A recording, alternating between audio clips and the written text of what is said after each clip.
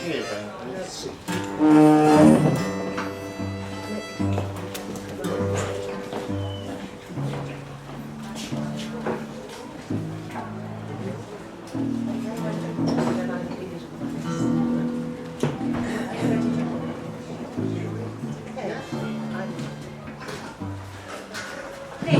we singing verses with you in this one? I want you to come up here, please. Yes, I've got. And you too.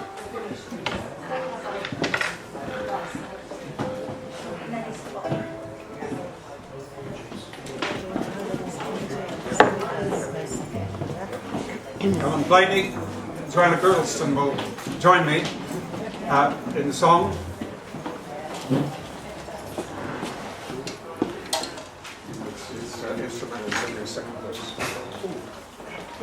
Instrument was every second verse, one line. Every second verse, instrument, one line. Play the last line. Okay, right, one, I'll count it.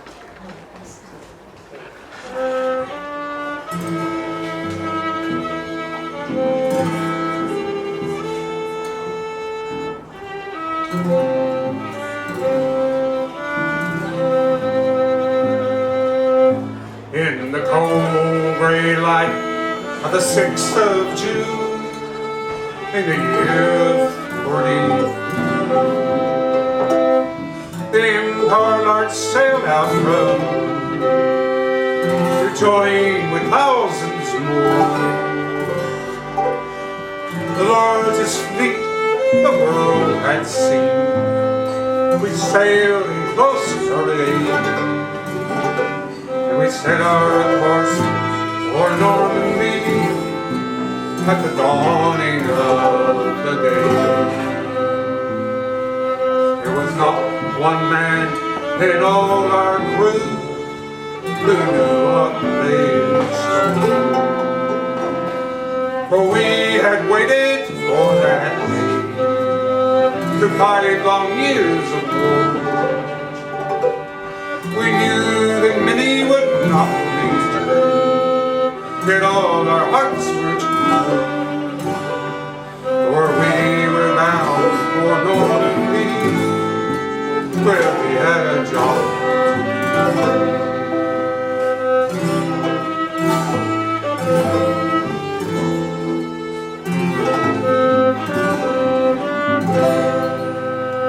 Now the Empire Larch was a deep-sea tug with a crew of 33, and I was just a galley boy on my first trip to sea. I little thought when I left home the dreadful sights I'd seen, but I came to manhood on that day that I first saw Normandy. At the beach of gold off Elan, beneath the rockets' deadly flare, we towed our block ships into place, and we built a harbor there. And shot and shell, we built it well, as history does agree. While brave men died in a swirling tide on the shores of Normandy.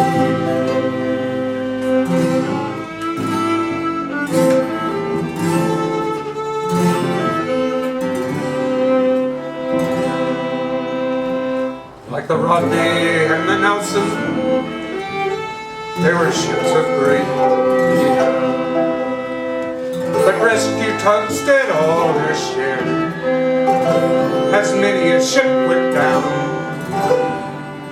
We ran our pontoons to the shore. Within the Mulberry's lee, we made safer the tanks and the guns that would set all Europe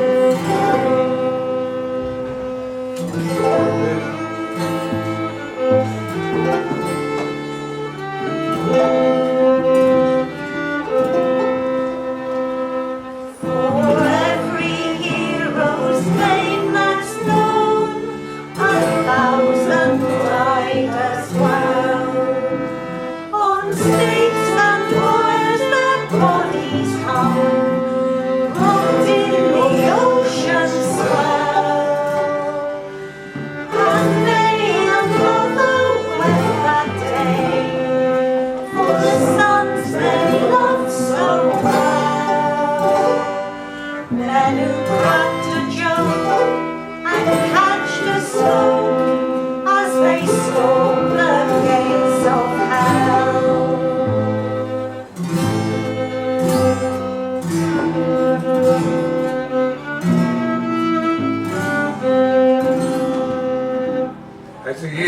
pass by, I can still recall the man I saw that day, who died upon that lonesome sand, where now sweet children play.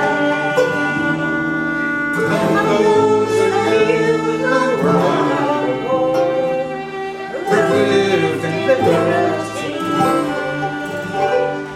remember those who made so on the shores of Normandy.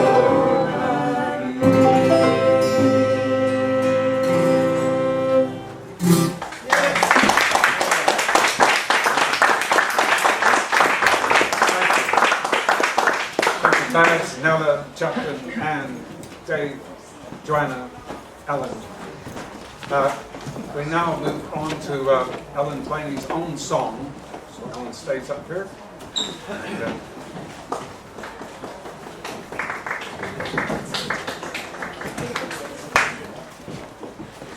This was a song I wrote for Jim's 90th birthday. Jim, in typical fashion, said to me, "Yeah, that was quite good," he said, "but you should keep that for when I'm gone." And of course, you know, never did we think that we'd lose Jim as quickly as we did, because he looked amazing at that time. It's obviously in the present tense, but I'm going to keep it that way because, like Joe Hill, Jim will always be with us. Have you heard about Jim Radford, a singer of great renown? He's known across our land, and for the shanty he wears the crown. Across the sea in France, at the tender age of 15, he saw the sights of war that never should be seen.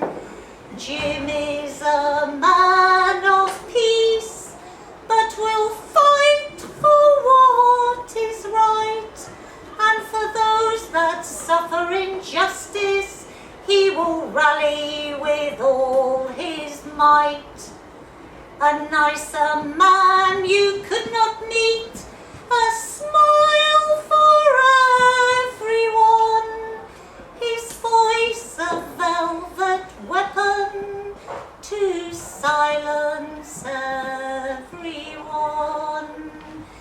He has no need for accompaniment, the music is in his soul, the words imprinted on his mind flow out to fill the room. He shows encouragement for all, sing out, he says to me, forget the piece of paper and let your voice be free. Jim is a man of music, a master of the boron and the spoons. You'll find him in our folk clubs, playing along with our tunes. A nicer man you could not meet, a smile for everyone, his voice a velvet weapon to silence everyone, his voice a velvet weapon to silence everyone.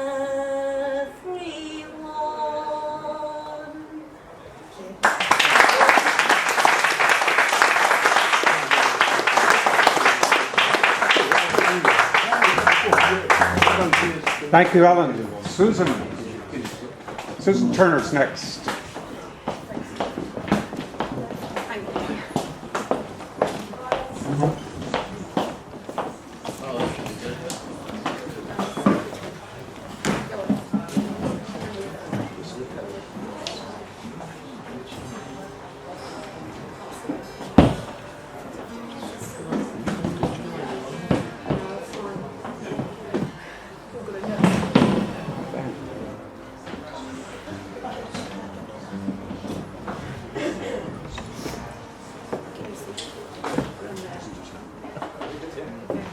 Okay, so if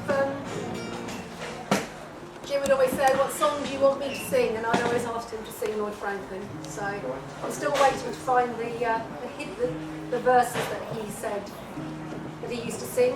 I can't, no one else seems to know them yet, so anyway. Ready? We'll do it.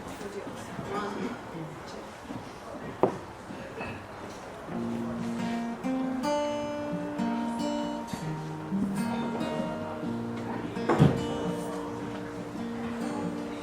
It was homeward bound one night on the deep.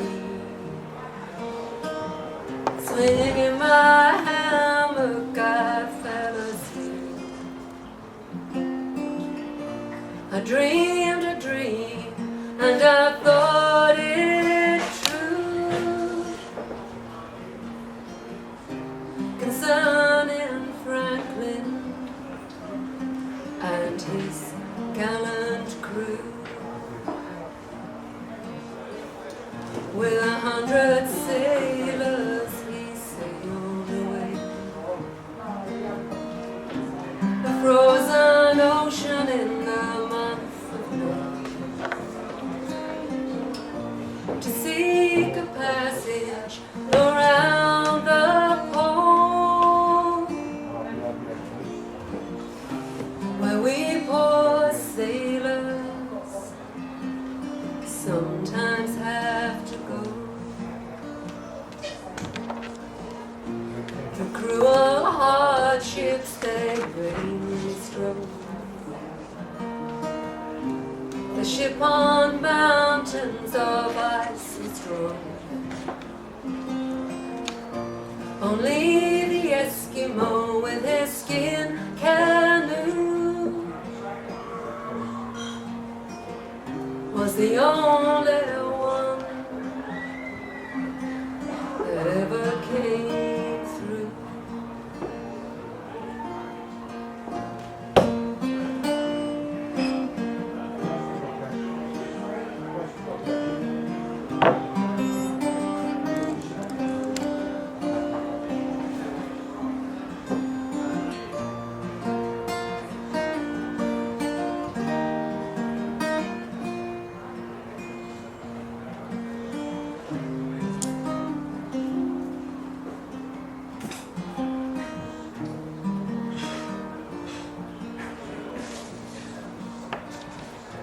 In Baffin Bay where the whalefish blow,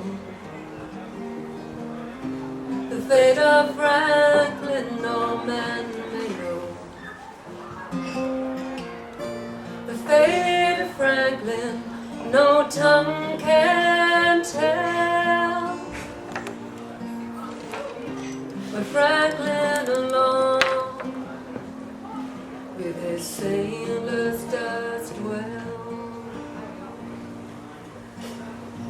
And now my burden, it brings me pain, for my long-lost Franklin now across the main. 10,000 guineas I would freely give to say on earth that my Franklin does live. It was homeward bound one night on the deep, swinging in my hammock I fell asleep. I dreamed a dream, and I thought it true, concerning Franklin and his gallant crew, concerning Franklin and his gallant crew. Yeah.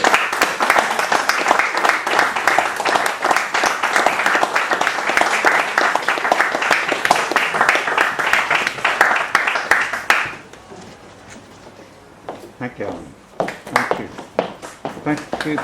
Thank you, Susan. Brilliant. We now have Joanna Girdles.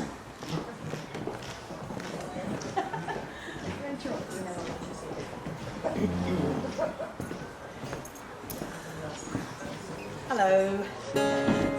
So I was giving a little bit of thought to what to sing in remembrance of Jim, and he made such an impression on us and touched our lives in such an unforgettable way that I decided to sing my Kingfisher song. So yeah, here it is.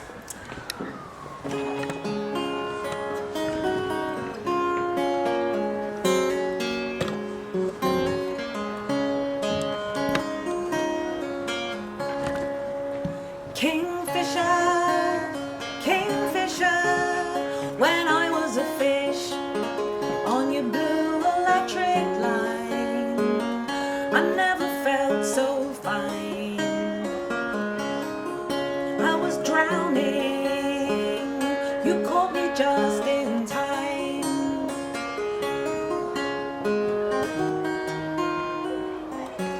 I caught you too, with a camera in my eyes. I keep a picture of you breaking the sky with your neon sign, with your blue electric line. I make a hole and I rip open the sky. You dive into my eyes and your colors coincide with mine, and I'm fine with that. I'm fine. The sky's in the river and the river's in the sky. You are me and I am you. I keep singing that until it's true. You are me and I am Kingfisher too.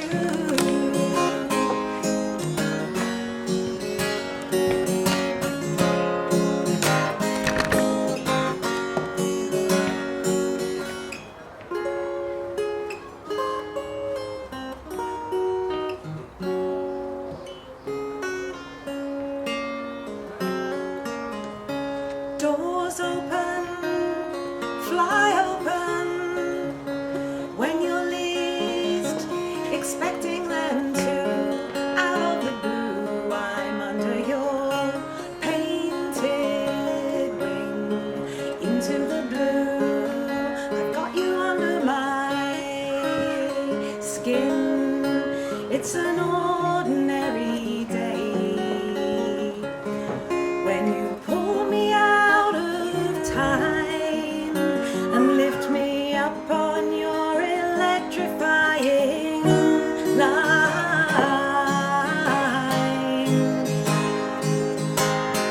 The sky is in the river, river's in the sky. You are me and I am you. I keep singing that until it's true. You are me and I am Kingfisher too.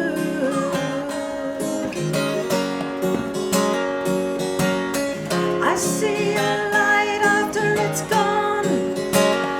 I still see it shining on. The sky's in the river and the river's in the sky. You are me and I am you. I keep singing that until it's true. You are me and I am you. You are me and I am you. You are me and I am you. You are me and I am you. Kingfisher too.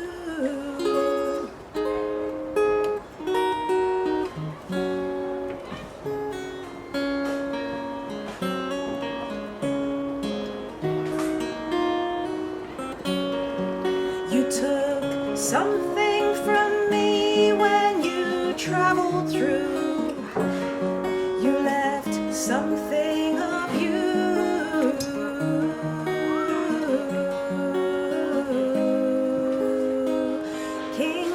orchard blue.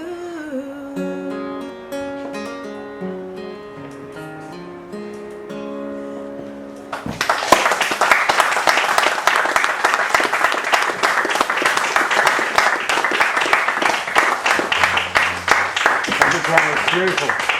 It's beautiful. Is Linda here? Oh, there, I haven't seen you. Hello, Linda. Linda Smith. Thank you. And after Linda will be Ruth Rosie. And after Rosie, Isabel Kimberly. Right, Jim always liked me singing this song, so I decided I would sing it for him as well as for everyone else.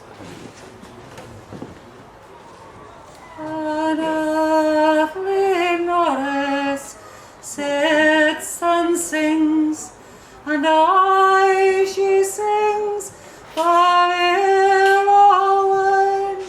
Little can I thy banners follow, far as the land that he steps in.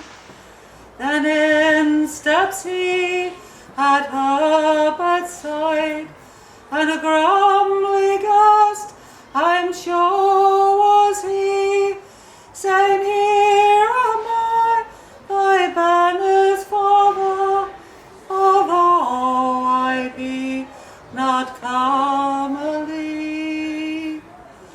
I am a man upon the land, and I am a silky in the sea, and when I'm far frae land, my home it is in Sulskeri. Then he has taken a purse of gold, and he has put it on her knee, saying, Give to me, my little young son, and take thee all thy Norris fee. And thou shalt marry a proud gunner, and a proud gunner I'm sure he'll be, and the very first shot that he shoots, he'll kill both my young son and me.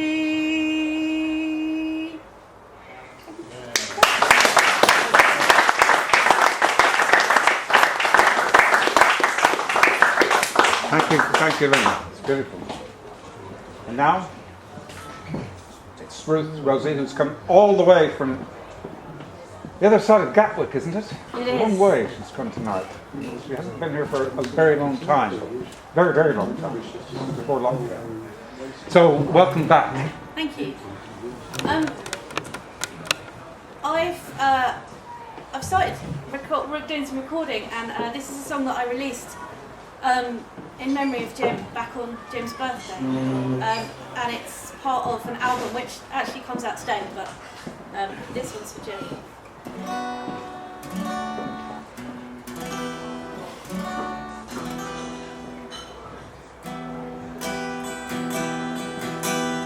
The love that I have chosen, I will be content, and the salty shall be frozen before that I repent.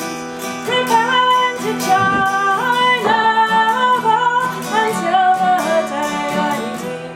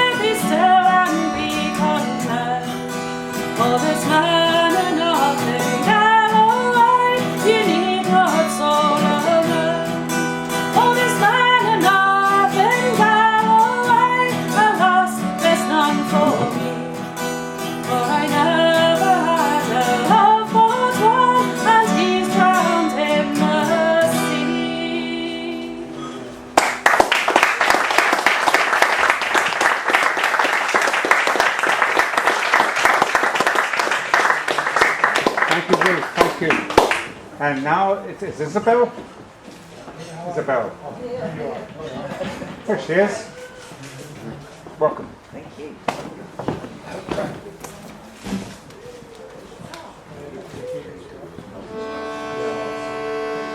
I'm singing this song because it's one that Jim Radford used to like when I sang it.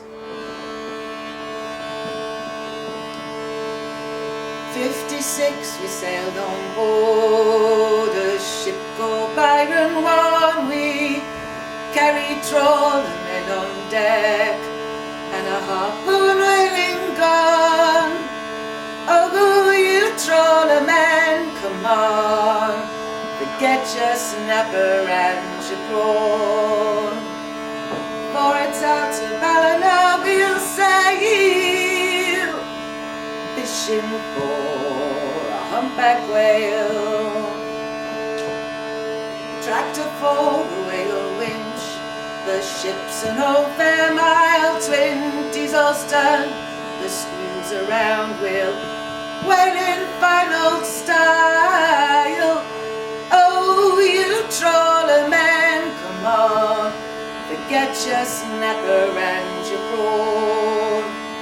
For it's out to Ballina we'll sail, fishing for the humpback whale. Keep a sharp lookout, me lads, the whale, she's on the run. We'll drive her into Byron Bay and we'll shoot her with our gun. Oh, you trawlermen, come on, forget your snapper and your prawn. For it's out to Ballina we'll sail, fishing for the humpback whale. The harpoon and the line fly through very deep into the whale. She split the timbers from the ship with a flurry of her tail. Oh, you trawlermen, come on, forget your snapper and your prawn. For it's out to Ballina we'll sail, fishing for the humpback whale. The rigging struts are snapped in two, weary beneath the blow. Then the gunner fires the killer shot, and then humpback sank below.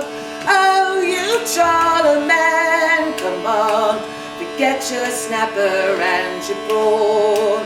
For it's out to Ballina we'll sail, fishing for the humpback whale. Make a tail fast to the bow, we got no time for bed. 24 hours each day will keep that factory fed.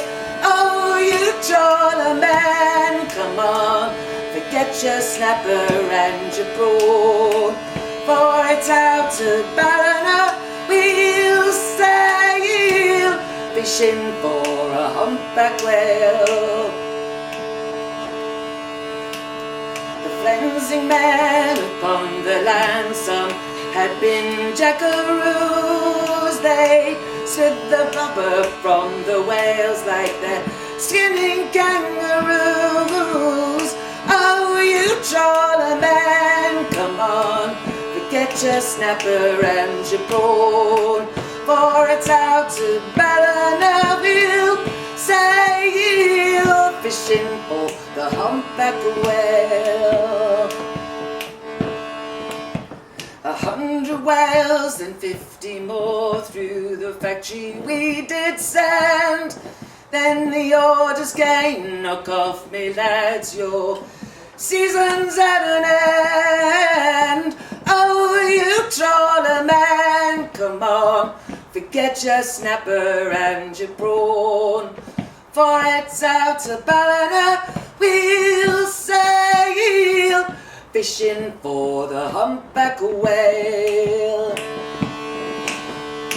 Back Train to Ballina, we steered tied up and stowed the gear, and all hands headed for the pub, and we filled ourselves with beer.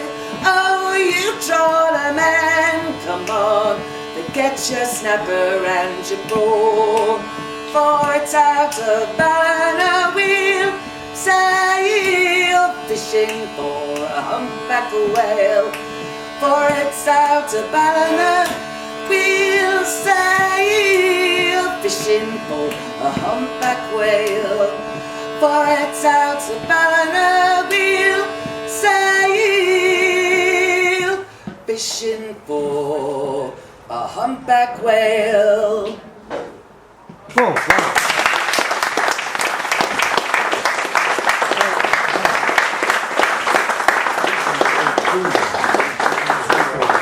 Joanna, that was just wonderful. We are honored to be able to listen to you sing that. That's wonderful.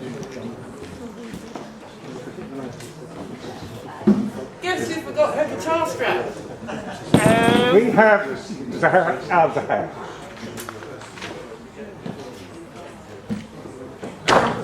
The princess of the folklore. Empress. The princess. The queen comes after you. Start singing with a mask on. Yeah.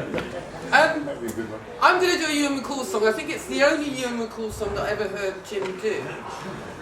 But it's the most surprising one, actually.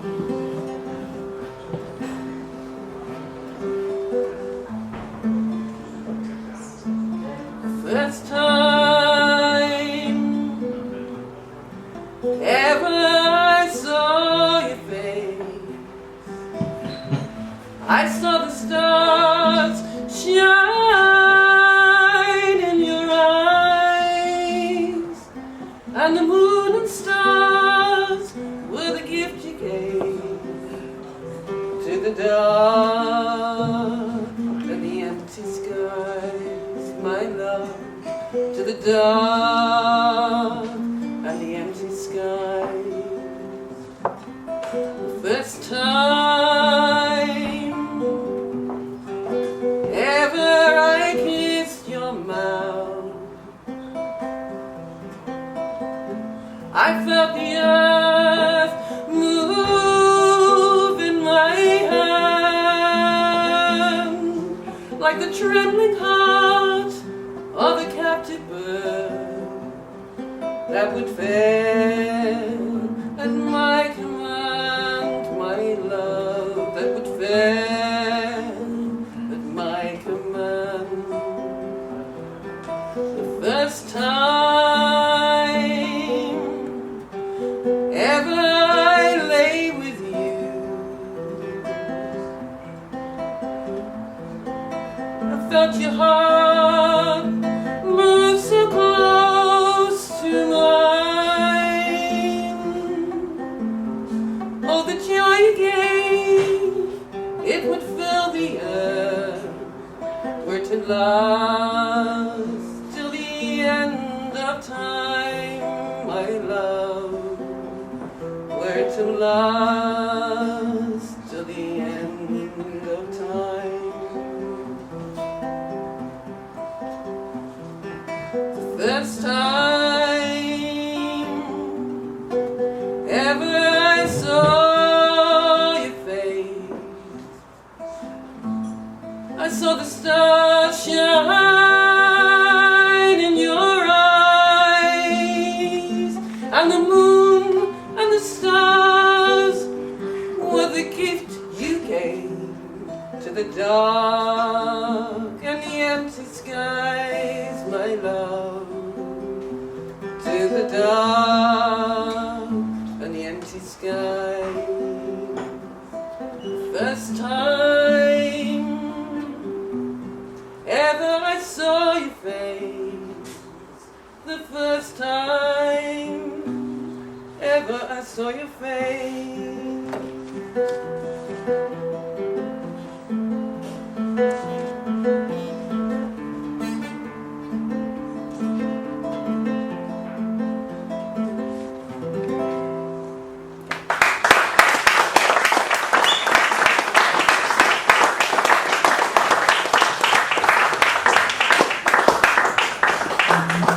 Vera. Sue, are you ready? So please just come all the way from way down there on the coast for this occasion. The queen of the folk mob. That's how Jim Radford would describe her, the queen of the folk mob. Sue Ford. Thank you. This is one I always used to really enjoy, Jim singing, D-Day Dodgers. Okay. We are the D-Day Dodgers out in Italy, always on the vino, always on the spree. 8th Army scroungers and our tanks, we live in Rome among the Yanks. We are the D-Day Dodgers out in Italy. We landed in Salerno, a holiday with pay. Jerry brought the band out to cheer us on our way. Showed us the sights and gave us tea. We all sang songs, the beers were free. To welcome the D-Day Dodgers to sunny Italy. Naples and Salerno, we took 'em in our stride. We didn't go to fight there, we just went for the ride. Anzio and Sangro were just names, we only went to look for dames. The artful D-Day Dodgers out in Italy. Dear Lady Astor, you think you're awful hot, standing on the platform and talking Tommy Rot. You're England's sweetheart and her pride. We think your mouth's too bleeding wide, and that's from your D-Day Dodgers out in Italy. Look around the mountains in the mud and rain, see the scattered crosses, some that bear no names. Heartbreak and toil and suffering gone, the boys beneath them slumber on. These are the D-Day Dodgers who'll stay in Italy.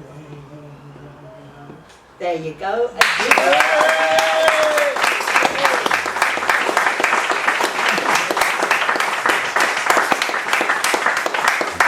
Thank you very much. So, thank you.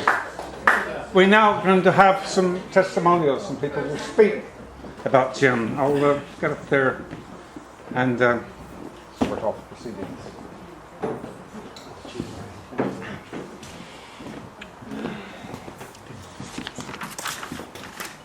And we'll be passing a hat. So I'm going to call on some people who are going to speak, and there'll be Nick Ford, also up from the Kent coast, husband of Sue, and Keith, will you speak? Me? Yeah. Oh, Oh, good. you might give me a bit Oh of yeah, extra and Joanna. I'd like you to speak, Keith. Keith can't speak. He can only see. And it'll be Joanna Radford, Jim's daughter, who's here, a guest of honour tonight. And I'm going to pass a hat around collections for the C&D. Jim Radford was there at the beginning of the campaign for nuclear disarmament. He was there, part of it, and it's quite amazing the people who know Jim from way in the past.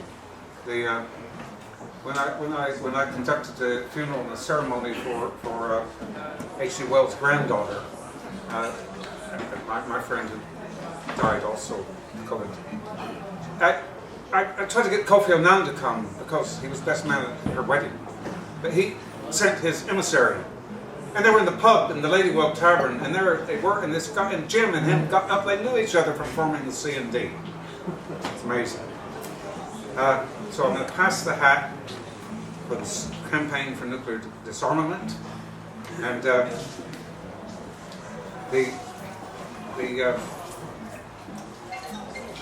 I want to, while I'm here, thank the people here at the club who provided this, the bar staff. I want to thank Andy and Andrew who set up the lights.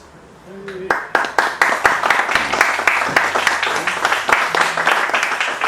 club itself, the club, they don't call themselves Blackheath Club, but because everybody knows they're the first rugby club in the world. And so we'll have some more speakers.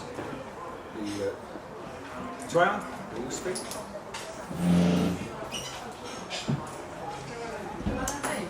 Joanne, yes?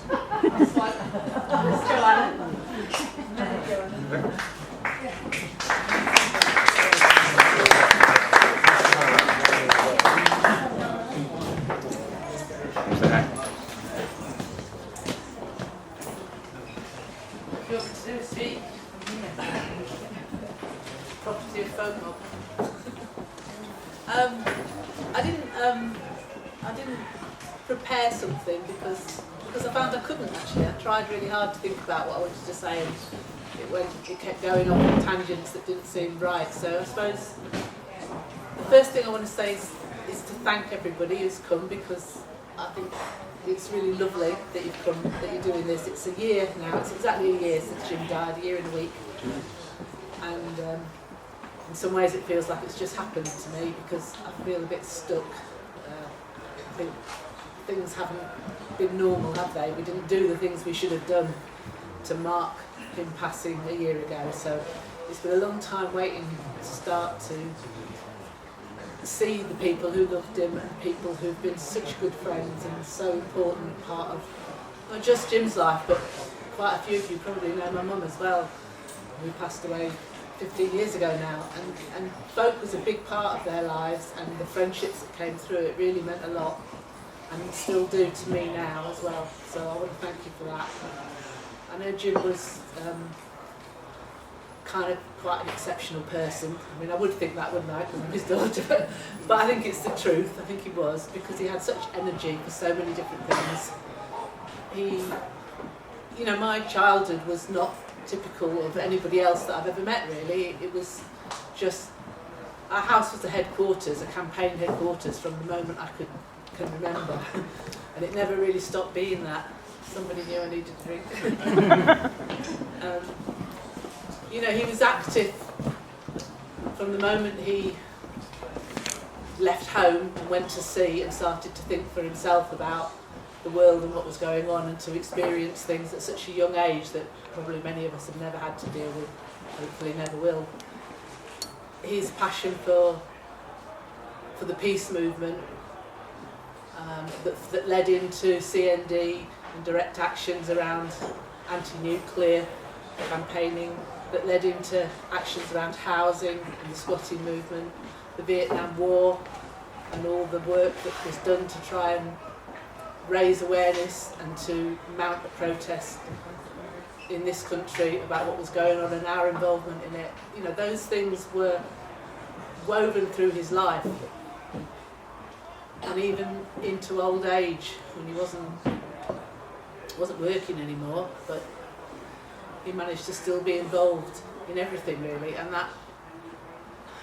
that passion for life and that commitment to the things he believed in and the friends that he made through that was there in the music as well. You know, you know that if you heard him sing. There was such repertoire, it was incredible actually. I mean, hundreds and hundreds of songs he knew, traditional songs, chanty songs, but also all sorts of weird things. People would come up and say, "Do you know this?" and he'd just start singing it. Songs I'd never heard anyone else sing. And so folk music was there as well, woven into all of that, and in the last years that became a really big part of his life. And all that, you know, stuff that went with that, when they veteranised him and started putting him on the telly and made him, you know, sing to the Queen and all that sort of thing, which was hilarious really, given what he'd been doing most of his life, which was putting 2 fingers up to the establishment, and then to have him in the Albert Hall and Westminster Abbey and invited to the Queen's garden party, which I went to with him. The Queen didn't come, by the way, but we went. And he always wore his medals alongside his Veterans for Peace, alongside his C&D badges, with pride, because he wasn't a pacifist. He was proud of what he'd done in terms of his involvement in fighting fascism, but he was anti-war to his core, absolutely, and wanted to do whatever he could to show people that even if you have to fight sometimes, you know, it's no solution. It's not a solution. So I'm glad that there's going to be a collection for CND, and on Friday night when we do something at Shrewsbury House, which Keith has arranged, the money from that will go to Veterans for Peace, because I think those are 2 of the things that that Jim really would have been glad to see people supporting. And so thank you for coming, and thank you all for singing. It's lovely to hear you all again. Unfortunately, the one thing where he really let us down is that he didn't pass on any of his singing ability to me. So I've just got past the stage where I say I'm tone deaf, because I'm not tone deaf, because I can hear that other people sing well. I just can't do it myself. So I really appreciate being able to come and listen to you a lot sing. And thank you.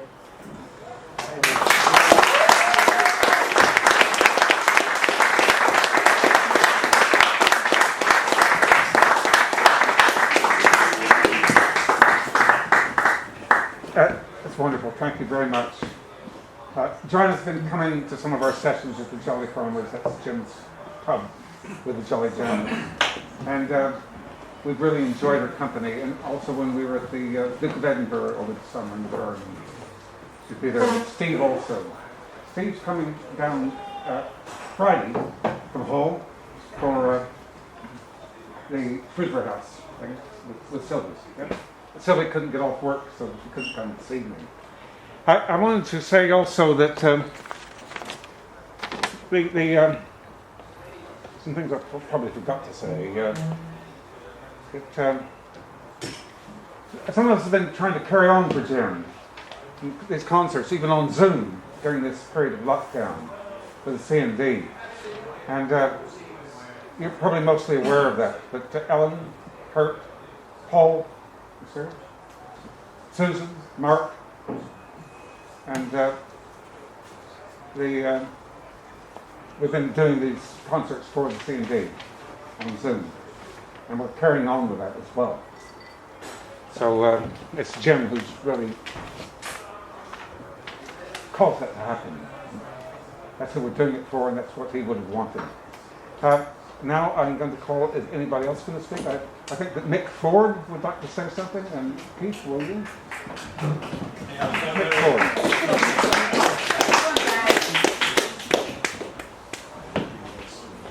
I had 5 minutes notice. So Yeah, right, okay. you can borrow my notes. Hi everyone. Hey. Now, I had a little bit of notice about what to say this evening, and so I've written it down, and I shall just go for each topic. Now, the top of my list, I've got the Victor and the Hotspur. Now, when I was a kid, that was the comic to read, and it was all about the daring deeds of air, sea and land of the British Army during the World War II, and Jim as that sort of character for me.